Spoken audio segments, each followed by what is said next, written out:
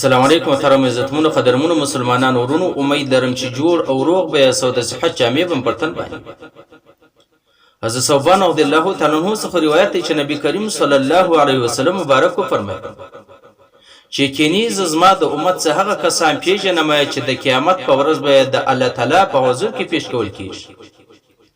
د الله تعالی په حضور کې به په داسې حالت کې ودرېږي چې د دې سبا دومره نیکیانې وي لکه د تهامې غره دومره نیکۍ به کړي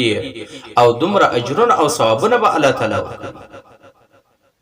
او الله تعالی به هغه اجرو او ثوابو ته د الوتلو حکم وکړي هغه به په هوا باندې وال بزید د ګړ په شان باندې به ټوله نیکۍ به ختمېږي حضرت ثوبان رضی الله تعالی عنہ کې د الله رسول دا څوک چې د دې بیانات وکړي دا سنې زه دغه کسانو سم دغه کسان زه نه پیژنم نبی کریم صلی الله علیه وسلم مبارک فرمایي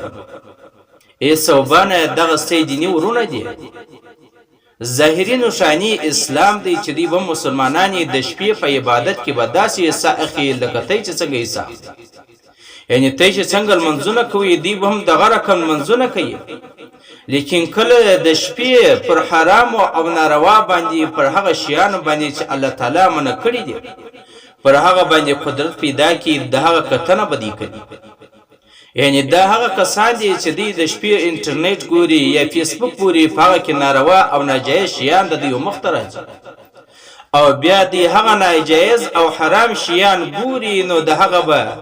نیکی د قیامت په ورځ باندې ټول ختمیږي ای مسلمانانو ورونو د داسې شیانو سره کتنې سره اجتناب او پرهیز وکړئ هیڅ کله داسې شیا مه ګورئ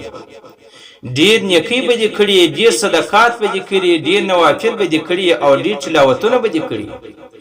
د دغه حرامو شیانو په کتلو په وجه باندې د هغه اجرونه او ثوابونه ټول الله تعالی ختموي دغه یو څو خبرې د رسول الله صلی الله علیه وسلم دا شپه غور سره واوري او فردی باندې غا سوچ او فکر وکړه